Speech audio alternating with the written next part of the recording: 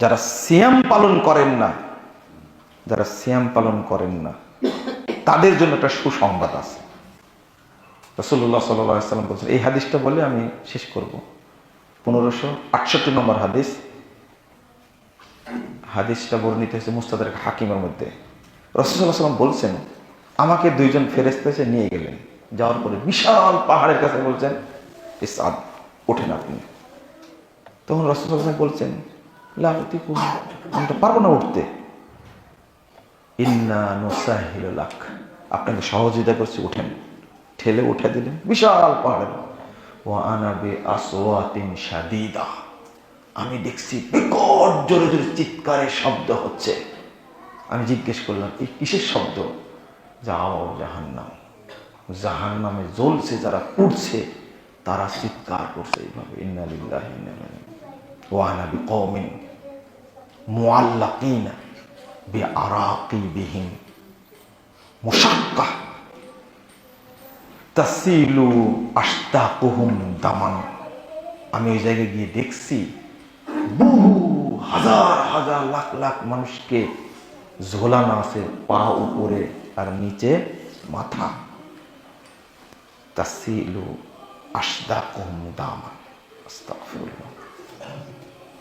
তাদের এই মুখ কেটে দেওয়া হচ্ছে, শিলা হচ্ছে শরীর, আর রক্ত স্রোতের মতো নিচে পড়ছে।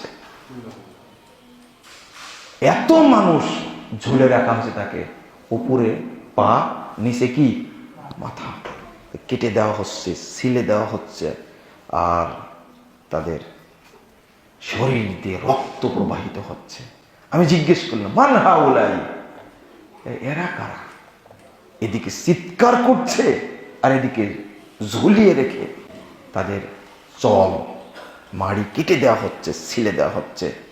রাসূল সাল্লাল্লাহু আলাইহি ওয়াসাল্লামকে তারা বলছেন, ওহুম ইফতিরুনা তাহিল্লাতা সাওমিহিম, লা ইলাহা ইল্লাল্লাহ।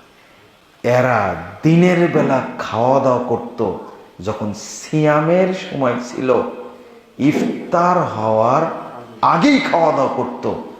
এই জন্য আল্লাহ তাদেরকে এইভাবে শাস্তি দান করছে। আপনি মনে করলেন সিয়াম পালন না করলে আমি সফল হয়ে গেলাম? না, রমাদানের ফরজ সিয়াম করাই লাগবে। রাসূল সাল্লাল্লাহু আলাইহি ওয়াসাল্লাম এইরকম সুসংবাদ দিলেন তাদের জন্য। বহু মানুষ সিয়াম রাখে না, এটা কি জানেন আপনি? আপনি একদিন ট্রেনে উঠবেন, কোথায়?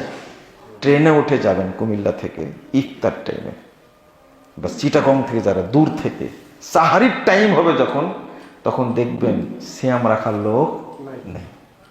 আমি 2-1 দিন যাতায়াত করে হতবাক হয়ে গেছি, এত মানুষ সিয়াম রাখে না, ইফতারের সময় কি লোকজন বেশি থাকে।